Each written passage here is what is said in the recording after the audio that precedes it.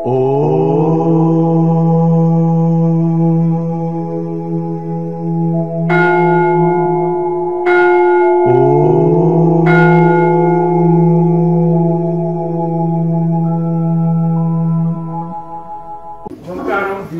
మోక్షదాయకం.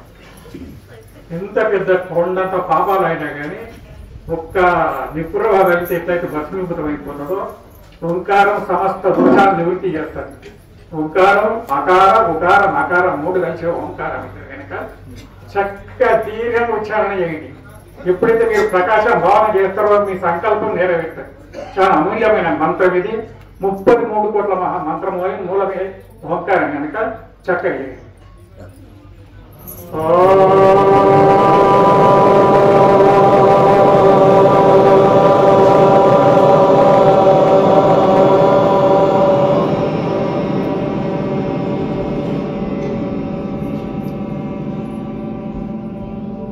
ఎదుగుకు దగ్గరికి రావాలి. ఓంకారం చేసేటప్పుడు ఎదుగు రావాలి.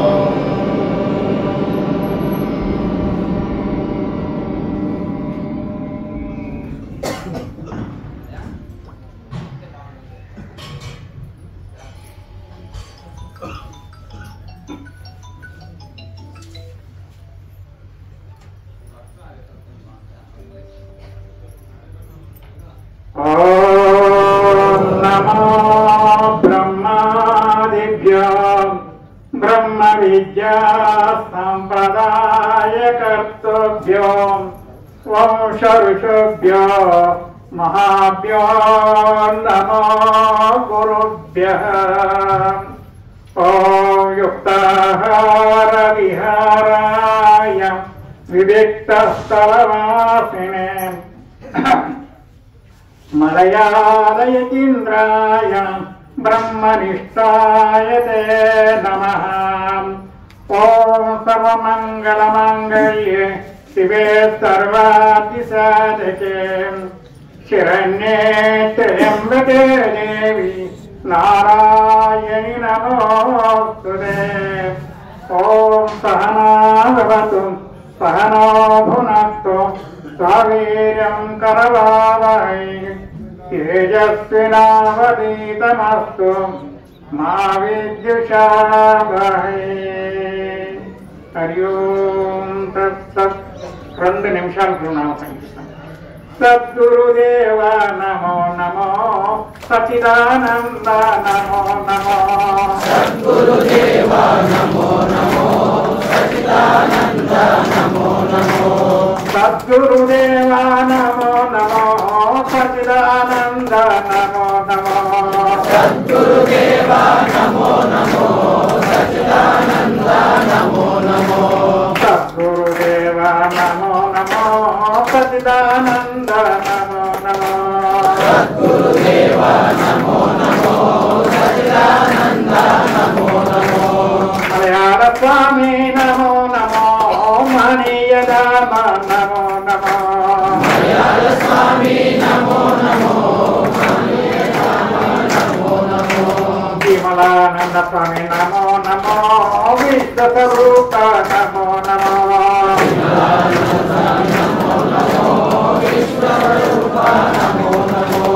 విద్యానంద స్వామి నమో నమో విరాట్ స్వరూప నమో నమో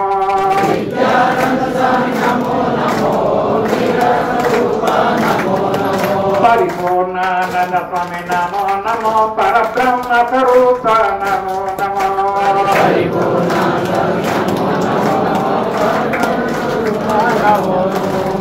సద్గురుదేవ నమో నమో సచిదానంద నమో నమో సద్గురుదేవ నమో నమో సచిదానంద నమో నమో సద్గురుదేవ నమో నమో సచిదానంద నమో నమో సద్గురుదేవ నమో నమో సచిదానంద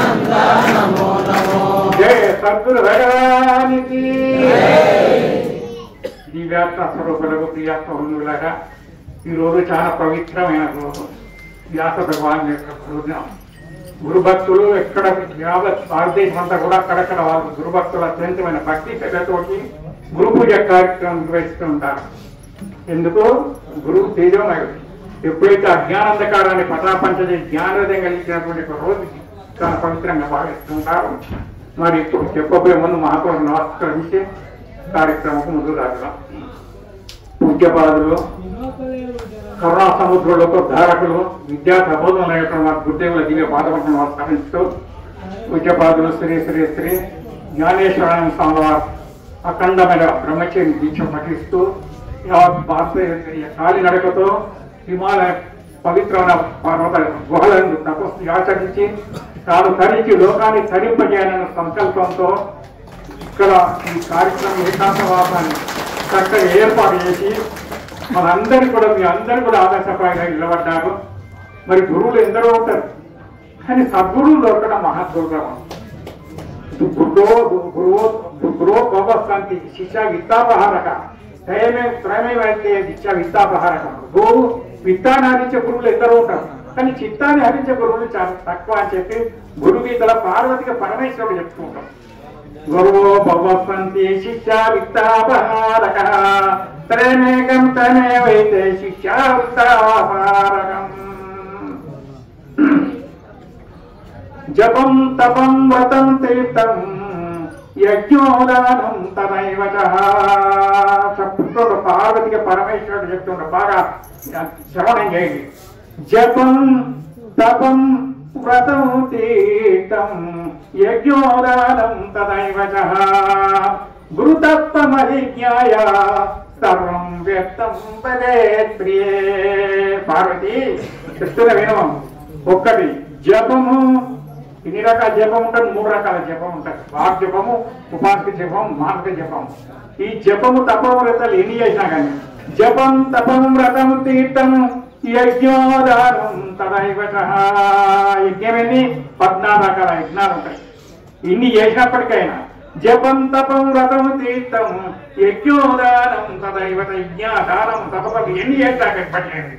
గురుతత్వం అవిజ్ఞాయ, గురువు యొక్క అనుగ్రహం లేకపోతే అవన్నీ కూడా వ్యర్థం. పార్వతి వ్యర్థం అని చెప్తాం. అందుకనే గురువు ఉన్నారు. గురువులు ఎందరో ఉన్నారు, ఎన్నో రకాలు ఉన్నారు. సప్తవిధ గురువులు, సూచకుడు, వాచకుడు, వేదకుడు, బోధకుడు, నిషిద్ధుడు, వీధుడు కారణం ఉంటాయి. అందులో పరమ గురువు దొరకడం చాలా శ్రేష్టం. పరమ గురువు అంటే పరమాత్మ తత్వాన్ని బాగా అనుభూతి చేసుకున్నటువంటి వాళ్ళు చెప్పొచ్చు. వేదశాస్త్రములు వివరించి బుధులచే జనింపవచ్చు, తాజలువచ్చు. యజ్ఞయాగాదులు అధికారి జనము చే జయింపవచ్చు, తాజయవచ్చు. ఇలగోనగల చీతములకే గణ్యుల బోధింపవచ్చు, తాపోవచ్చు. అష్టాంగ యోగ విద్యలక ఉపదేశింపవచ్చు, సాధింపవచ్చు. గాని ఎవ్వారికైన విజ్ఞాన యోగ గతి విదేహేంద్రియములని కట్టి మనము నాంగినంతర్ముఖము చేసి అనవర్థము నిశ్చల సమాధి నిష్ట చే నిలుపరాదు. కృష్ణవా, వేదాలు ఎన్ని ఉన్నాయి? 1180 ఉపనిషత్తులు ఉన్నాయి. వేదం 4 ఉన్నాయి. ఋగ్వేదం, యజుర్వేదం, సామవేదం, అవర్ణవేదం, శిక్ష, కల్పం, వ్యాకరణం, నిరుక్తం, ఛందస్సు, జ్యోతిషం, షడంగాలు ఉన్నాయి. మరి అందులో ఉపనిషత్తులు, అది ఉపనిషత్తులన్నీ వేదాలన్నీ సంసార మార్గాన్ని వర్ణాశ్రమ ధర్మాన్ని బోధిస్తున్నాయి, కానీ ఉపనిషత్తులు జ్ఞానాన్ని బోధిస్తున్నాయి. అటువంటి 1180 ఉపనిషత్తులు ఉన్నాయి. ఉపనిషత్తులు ఎన్నైనా చెప్పొచ్చు, కానీ ఆచరించే చాలా కష్టమని చెప్తుంది ఇక్కడ వేదం. వేదాన్ని చెప్పొచ్చు, వేదోక్తంగా అనుష్ఠించే చాలా కష్టం. వేదం బాగా అనుష్ఠించి శాస్త్రం అనుభవం ఉన్నటువంటి వాక్కులు ఎట్లా ఉంటాయి? హితంగా ఉంటాయి, మితంగా ఉంటాయి, మధురంగా ఉంటాయి. వాటి మాటలు ఇంట్లో ఉంటాయి. తపస్సు లేని విద్య చూపించరు. విద్య ఎంతైనా చెప్పొచ్చు, ఎన్ని శాస్త్రాలనే చెప్పొచ్చు, కానీ మనసు చంచలం ఉంటుంది. యథార్థమైన జ్ఞానం కదా. కానీ పుస్తకాలు చదువుకున్న జ్ఞానమే, పుస్తక జ్ఞానం లేదు. అందుకనే ఇప్పుడు చెప్పిన స్వామి శ్రోత్రియం బ్రహ్మనిష్ట అంటే విద్యా తపస్సులు 2 ఉండాలి. విద్య లేని తపస్సు శోభించదు, తపస్సు లేని విద్య రాణించదు. మీకు అనుభవం ఉంటుంది. కొన్ని పద్యాలు రకరకాల పారాయణాలు చేస్తారు. చేస్తారు. దానికి ఏముంది, అనుభవం రానవద్ద. అగ్రజాతులకి వేదాధికారమటన్న భవదాసమునకు ప్రతి చెప్పి ఆచరణ రహితమైన క్రియజ్ఞానము శ్రమచేతయంత్యాదాతం వసించి జాతిలింగాదులా సర్వేయుధనిజేర వటురావన్న సత్యంబు నుడివి ముక్తి కలుగుటము శుభావనెల్ల ప్రజలెల్లరూ నిజము పలికి వేదశాస్త్రములెల్ల విశదపరిచి తిరుతరంబు కీర్తిన ఆర్జించినారు సాటి నీకెవ్వరో యతి సర్వభౌమ. మహాత్ములుగా ఆచరణ రహితమైన యజ్ఞానం, నువ్వు ఎంత యజ్ఞానం చేయగాక ఆచరణ లేకపోతే అన్ని వేస్తానని చెప్తాడు. అష్టాంగానే మరి ఏం చెప్తుండో వేదశాస్త్రం వివరించారు. యజ్ఞయాదులు అధికారం లేదు, అధికారి యజ్ఞం ఎంతమంది చేస్తూ, కానీ అజ్ఞానం వేది చాలా కష్టం. విజ్ఞానం ఇది అధికారం శాస్త్రే ఫలసిద్ధి విశేషత.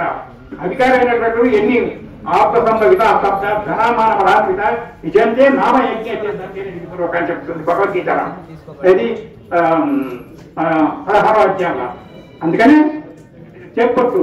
కానీ మరి అష్టాంగ యోగ విద్యలహారులకు అష్టాంగ అంటే యమ నేమ ఆసన ప్రాణాయామ ప్రత్యాహార ధారణ ధ్యాన సమాధి ఇవి యోగ మార్గాలు. ఇవేమి చెప్పొచ్చు. కానీ ఇంద్రియాలను అదుపు చేసుకొని మనసు అంతర్గతం చేసుకొని సాధనకు లయం చేయడం చాలా కష్టమని చెప్తాడు. అందుకనే అటువంటి యొక్క జ్ఞానాన్ని ఇప్పుడు ఇంత చక్కటి ఆశ్రమాన్ని నిలబెట్టాడు. మరి ఎన్నో జన్మల పుణ్యం చేత మనకు సద్గుడు దొరుకుతాడు. దుర్లభం ఒకటి నిశ్చతుడు మొదట చెప్తుడు. దుర్లభం త్రైనయమైతా దైవాదిగ్రహేతికం మనుషత్వం ముముక్షత్వం మహాపురుష సంశయ. దుర్లభం త్రైనయమైతే ఈ 3 దొరకడం మహాదుర్లభం. దైవానుగ్రహేతికం ఆ పరమేశ్వరుని జ్ఞానిద్దామనే. మనుషత్వం మానవ జన్మ దొరకడం మహాదుర్లభం. ఎన్నో జన్మలు ఎన్నో గర్భంధకారంలో మునిగి పుట్టి పుట్టి గిట్టి పుట్టి గిట్టి లాస్ట్కి జన్మ వచ్చింది. ఏంటి ఒక జన్మ 2 జన్మలు ఒకసారి గమనించండి. 84 లక్షల జన్మలు ఎత్తి ఏది కాకి బతుకుతుంది 1000 ఏళ్ళు, పాము బతే 10,000 సంవత్సరాలు, ఏనుగు బతుకుతుంది 1000 ఏళ్ళు. జంతువులు కూడా ఎక్కువ పుట్టి చర్చించి పునరపి జననం పునరపి మరణం పునరపి జనని జగరే శయనం సంసారే బౌదుస్తారే కృపయా పారే పాహి మురారే. శంకరాచార్య వారు చెప్తుండ్రు, నాయన లోపల తల్లి గర్భం అన్నోటి 7వ నెలకి జీవుడు వస్తాడు. 2 నెలలు తల్లి గర్భం అనే ఉంటాడు, నిద్రపోతాడు. అక్కడి నుంచి తల్లి గర్భం చేసినాక ఆ మురికి గర్భం కంపు గబ్బు వాసన. ఒక పుస్తకం రాసిండు శంకరాచార్య వారు, సహోదర సుధాకరణ దేహనిందా అని రాసిండు. ఇట్లా నింజినట్టు మీరు అబద్ధం చేసుకోవద్దు, స్వామివారు చెప్పిన మాటలు చెప్తున్నా. అయితే తల కిందుకుంటుంది, కాదు కిందుకుంటాయి. అప్పుడు ఎన్ని జన్మల సంగతి, ఎన్ని గర్భావసం, ఎన్ని నరకాలు అనుభవించి పుణ్యం. ఇక్కడ ఒక దోమ కడితేనే మనకు ఎంతో బాధ కలుగుతుంది, అంత ఎన్నో క్రియలు కలుస్తాయి. పునరపి జననం పునరపి మరణం పునరపి జనని జయతరే శయనం సంసారే బౌదుస్తారే కృపయా పారే పాహి మురారే. పుట్టికెట్టి మరి గర్భన రకమున్న కొట్టుకోనుటైగా ఏటికి రా. అది గర్భానికి నరకంగా వచ్చింది శంకరాచార్య వారు. పుట్టికెట్టి మరి గర్భన రకమున్న కొట్టుకోనుటైగా ఏటికి రా. కట్టడి సంసారాన్నిక జాలును. కట్టడి సంసారం కూడా కట్టడే. పెళ్లి అయినాక ఏమైతుంది, దారేసిన ఆదరేసిన పుత్రేష తదేవ లగ్నం తారా బాణులతో దారా అంటే భార్య కనబడంతో అబ్బాయి డబ్బుని భార్య కాదు, పుత్రుల శత్రులు అవుతారు. ఇప్పుడు సంపాదించుకుంటే మంచిగా దాచుకుంటే వాడు ఇప్పుడే ప్రిపేర్ అయ్యాడు తెలియదేనా. ఇవన్నీ కూడా బంధాలే మానవానికి. ఒక్కటి నేను చెప్తూ పోతున్నా, ఏదో వైరాగ్యం గురించి కొన్ని విషయాలు చెప్పాలనుకుంటున్నాను. సరే సంతోషం, నా గురుభక్తి గురించే మాట్లాడాలి ఎక్కువ. అయితే ఒక మీకు వైరాగ్యాన్ని చెప్పాలంటే మరి ఎంత ఉంటుందో తెలియదు. కానీ జీవాన్ని వెనరోగి తాగు తెలియుమా చావు పుట్టగలేని తాగు చేరుమా. ఎన్ని జన్మములు ఎత్తియున్నవో ఇంకా ఎన్నెన్ని జన్మము ఎత్తానున్నావో అన్నలెందరో తమ్ములెందరో ఎన్నగా తల్లిదండ్రులెందరో కన్నపాట్లకయ్యల జన్మం సున్నయేసి సుఖమరజము జీవాని వెవర్రోని తాబూతనీయుమా. నేనెవరిని ఎక్కడికి వచ్చినావు, ఎన్ని జన్మలు ఎత్తినావు, ముందు ఎన్ని జన్మలు ఎత్తబోతున్నావు చెప్తుండే ఇక్కడ. ఆలు బిడ్డలు నిన్ను ఆదుకోలేరు, కాలోనే దూతాలు కర్ణించాదురు. మేలి బంగారంగు బిడ్డలు మెడలు నుండి వెంటరాడిగా ఎల ఇంతటి పామరత్వం చాలు చాలు సత్యమరయము జీవాని ఎవరోని తాబూతనీయుమా. ఆడబిడ్డలు ఎవరు? రుణాలు భంత రూపేణ పశు పక్షి సుధాలయ రుణక్షేత్యాతి కాపుతారు. కొంచెం అప్పు చేసినాం, అప్పు నేర్పగా నా బిడ్డ నా కొడుకని ఎద మీద దోపట్టుకుంటున్నాం. నా కొడుక నా బుద్ధి నా అయ్యా అన్న వాడు ఉంటుంది. ఇక వీళ్ళని అలలేదు, వీడు తెలుసు ఇలాంటి కొడుకులు ఎట తెలుసు కొడుకులు. అందుకనే ప్రడవాయు అంతవరకే నిన్ను బంధువుల రయుచు నందురురా. ప్రాణము భోగిన వెనుక బాధ్యయే పట్టి చూడబయ. మందులు ప్రాణం దాకానే వీళ్ళు ఉంటారు, ఆ తర్వాత ఎక్కడ అక్కడ ఏది ఇది కాదు, ఎవరు నీ వారు కాదు. అందుకని ప్రియాత్మ బంధువులారా, ఎన్నో జన్మలు ఎత్తి శతకోటి జన్మ సుఖతే కుందికి 40 కోట్ల జన్మలు సుఖత వల్ల ఈ మానవ జన్మ వచ్చింది. మానవ జన్మ మరి రాదురయ్యి మానవ జన్మము ఆ పరమేశ్వరుని కృప వలనే కలిగేను. ఆ పరమాత్మ దయ వల్ల ఎన్నో జన్మలెత్తి తండ్రి పరమాత్మ నన్ను ఈ గర్భనరకం నుండి బయటికి దొడ్డి చేయి. నేను రామ కృష్ణ శివ నారాయణ కేశవ దామోదరావుని నేను స్మరణ చేస్తా తండ్రి. ఈ మురికి గర్భం ముందు నిద్ర కాకుండా నన్ను బయటకు వచ్చి నాకు బయటకి ఏమవుతుంది? క్యావ్ అంటాడు.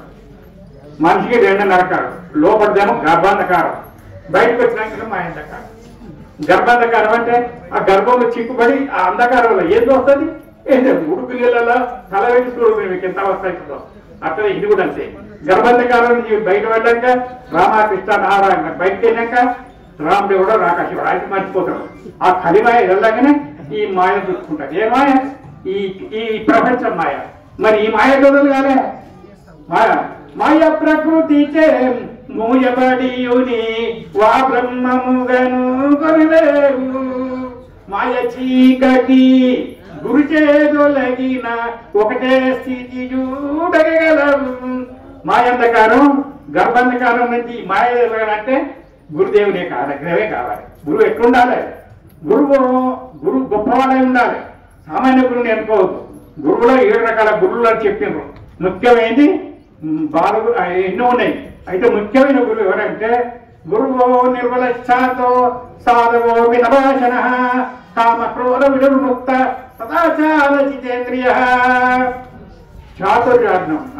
గురువు నిర్మల శాంత మనస్కుడై ఉండాలి. మిగతా భాష తక్కువ మాట్లాడాలి, ఎక్కువ కూడా మాట్లాడదు. కొందరు ఏం చేస్తారు, మన టైం అంతా కొట్టేస్తాం. మాకే వచ్చింది వేదాంతం అని. తక్కువలో కూడా టైం ఇయ్యరు. చాలా చూస్తుంటాం మనం. ఈ కాలంలో అదే నడుస్తుంది. ఎవరికి ఉంటారు ఒక్కొక్కరు హోదా ఇది ఉంటుంది, కానీ అట్లా చేయదు. తక్కువ మాట్లాడాలి. ఏం చెప్పిండు భగవద్గీతలా? సత్యం హితం చే స్వాధ్యాయ గతం చే వారమంతమ ఉచితే. సత్యంగా మాట్లాడు, హితంగా మాట్లాడు, హితంగా మాట్లాడు. అబ్బాయి ఎంత మాట్లాడతాడు, ఇంకా మాట్లాడు. అప్పటి ఎప్పుడు సాగిస్తారు రానట్టు. అర్థమైందా?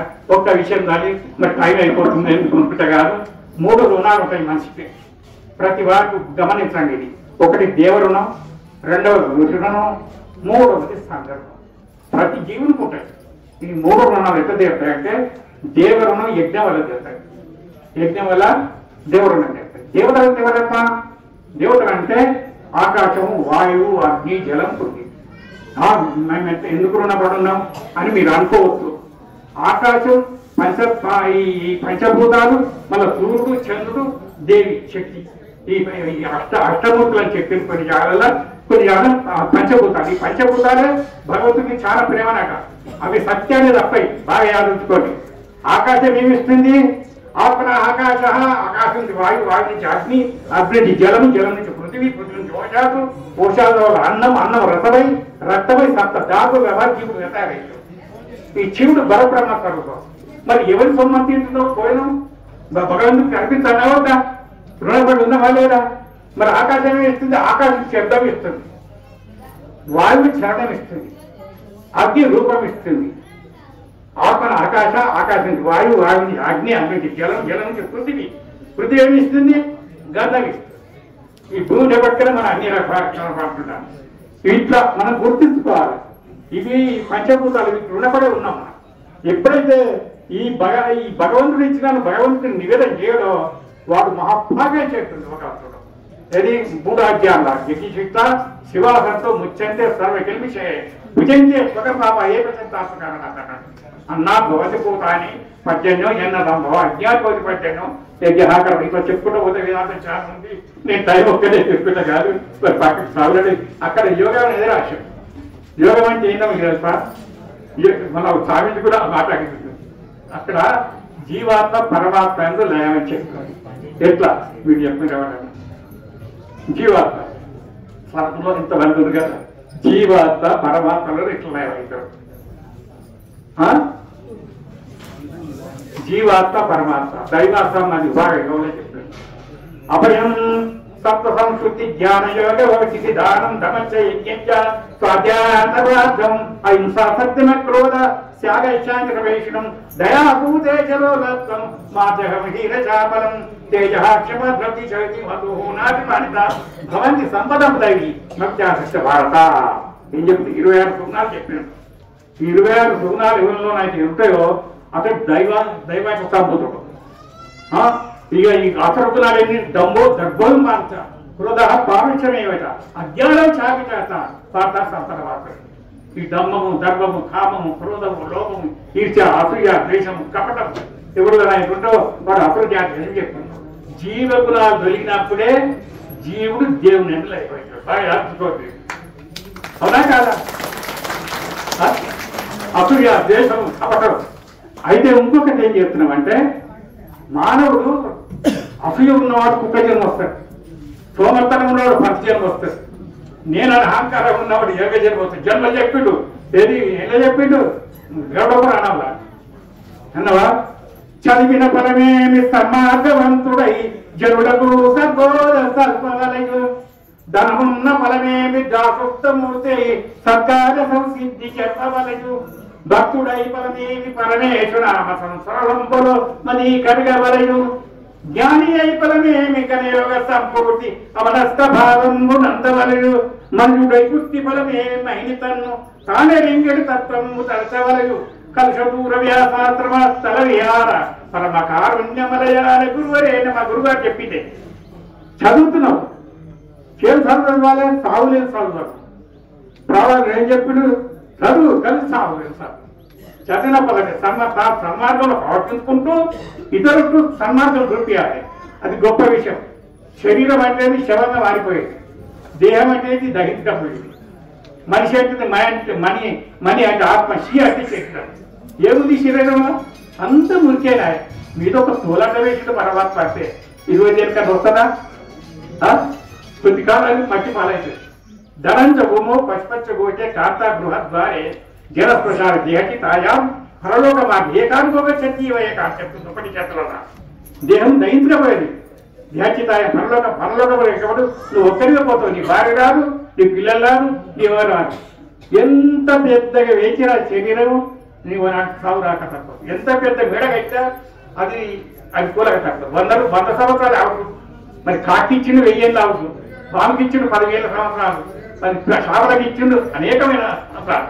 అంటే పోతే ఎంతో ఉంది. శంకరాచార్య వారు ఒక 8 శ్లోకాలు రాట్లు గురువు. శరీరం రూపం తదాకలత్రం యచారు చిత్రం తనమేరుతుల్యం గురోరక్తి పద్దే మనచ్చేన లగ్నం తతక్కిం తతక్కిం తతక్కిం తతక్కిం. ఏం చెప్తుండ్రు? శరీరం ఎంత సుందరంగా ఉన్నా, శరీరం రూపం తదాకలత్రం యచారు చిత్రం. దీని అర్థం చెప్పుకోవడం అవునంటే చాలా ఉంది.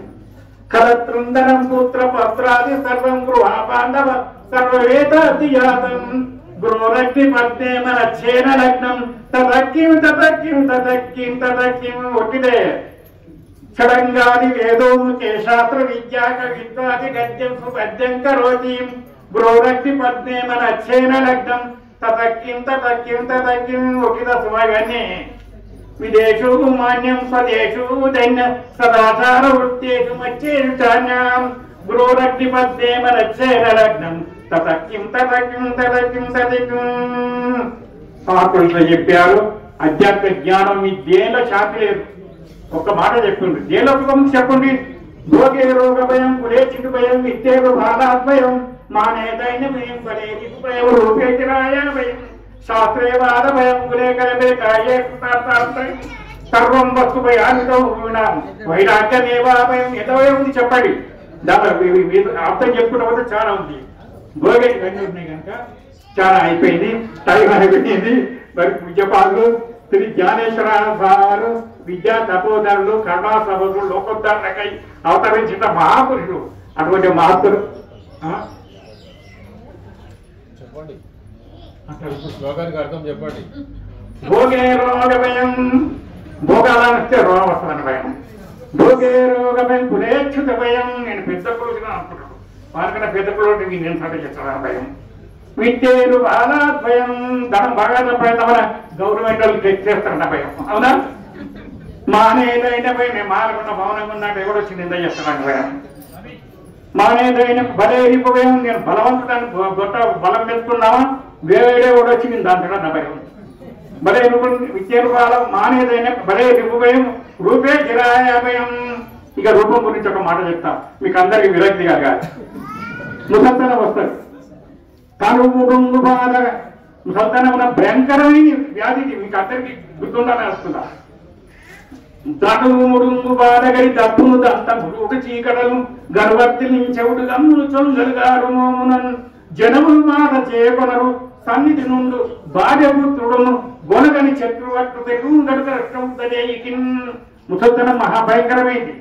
అందుకని ఏం చెప్పింది శిఖరజాలు జన్మవృత్తి జర వ్యాధులు భయంకరమైంది. తను ఉడుము దమ ముంతలు పోతాయి, మొక్క వికారం అవుతుంది, చెంపలు రొట్టబడతాయి, పళ్ళు ఇచ్చిపోతాయి. పళ్ళు ఇచ్చిపోయినాక ఏమవుతుంది?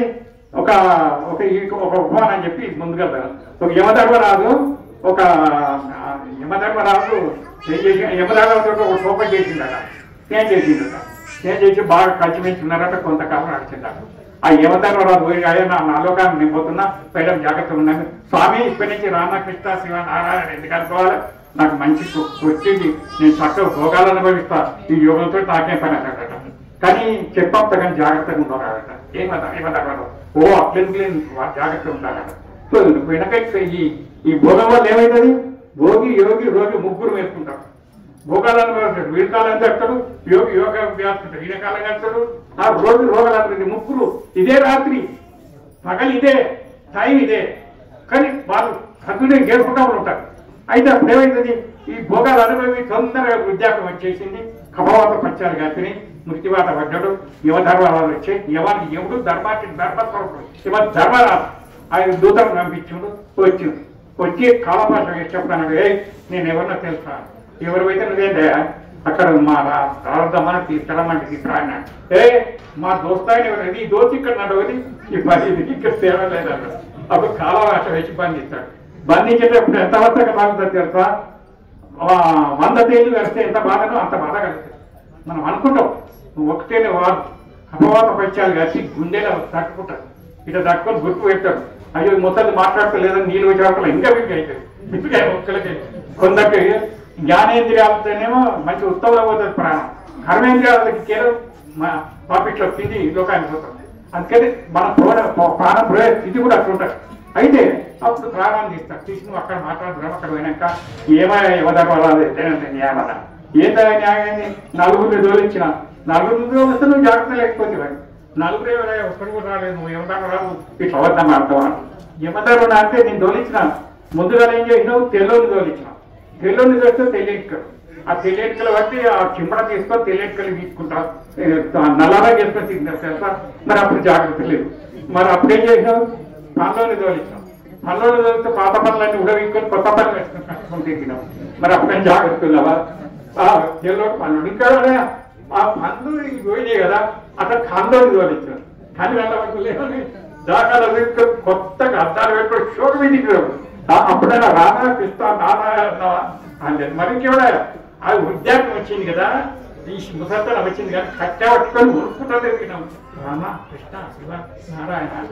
అందుకని నా యువదూతలకు చెప్పిన పరమదయానిదే పతిత పావన నామ హరేటంటూ సుస్థిరమతులై సదా జగన జయు మహాత్ముల భారదూలిన చిరమును దాతు మీరటకు చేరకుడంటూ యముండు కింకరో క్రముల గాన పెట్టునట దాశరథీకరణ ఏవైతే రామ కృష్ణ శివ నారాయణ కలుస్తారో ఆ చెరువు పని ముందే నా పట్ల కవ చెప్పిన నువ్వు ఏం చేయలే నా పట్ల వచ్చి తీసుకొచ్చి ఇగో ఎవరి పైన అంటే. అందుకనే శరీరం విద్యార్థం రాకముందే పనులు మంచిగా ఉండగానే కాళ్ళు మంచిగా ఉండగానే ఇప్పుడు నా పనులు మంచిగా చెప్పగలుగుతున్నా. లేకపోయినాక ఏం చేస్తారు తొత్తులే అంటారా ఎక్కిరిస్తారా లేదా. అందుకని బాగా తొత్తులో వద్దు. అందుకనే కాలాన్ని సద్వినియోగం చేసుకోండి. అయితే ఇక్కడ మూడు రుణాలు. ఎందుకు ఒకటి దేవత రుణం. దేవతలు మనకు దేవత రుణపడుతున్నాం. ఏ యజ్ఞం చేసినా కార్యక్రమం ఏది మీరు వండుకున్న ఏ పదార్థం మనం ముందు పరమాత్మ నివేదన చేసి తీసుకోండి. మూడవది మహర్షులకు మనం రుణపడి ఉన్నాం. వేదాల ద్వారా ఉపనిషత్తుల ద్వారా మనకి ఇటువంటి మహానీయులను అవన్నీ పరమేశ్వరుడు మనకు దూర్చినటువంటి సాక్షాత్ ఈశ్వరాచ సంబుతుడు. అటువంటి మహానీయుల్ని అనన్యమైన భక్తి శ్రద్ధతో సేవించు. గురువు కన్నా గొప్ప గురువు లేడు. అంతకన్నా గురువు కోపం వస్తే దేవుడు కూడా ఆనందించాడు. దేవుడు కోపం వస్తే గురువు శాపం చెప్పగలుగుతాడు. కనుక అటువంటి గురువులు ఉన్నారు. గురువులు బరువులు దించేప్పుడు బరువులు అయితే గురువులు ఉంటారు చాలా. కానీ బరువులు దించా గురువులు కావాలి. గురువులు బరువు కావద్దు. అందుకనే అటువంటి మహానీయులను సేవించాలి. మూడవది పితృరుణం. పితృరుణం అంటే బ్రహ్మచర్యం తపస్సు చేసి ఇటువంటి సమాజాన్ని ఏర్పరిచి అప్పుడు ఈ రుణం నేర్పినట్టు. ముగ్గురు రుణం ఏది? దేవరుణం, ఋషి రుణం, సాగరుణం. అది దీనిని వస్తుంది. బ్రహ్మచర్యైన తపస్స. బ్రహ్మచర్యం అని తపస్సు చేసి ఇటువంటి సత్సంగాలు చేస్తూ ఆధ్యాత్మిక శక్తి పెంచి పెట్టిన అంటారు కదా మీరు. ఏ తల్లి దగ్గర ఏ తల్లి కన్నదో పుణ్యాత్తురాలు ఇంత మంచి విషయాలు చెప్తున్నారు అనుకుంటారు. అనుకోరా మరి ఆ తల్లి దగ్గర.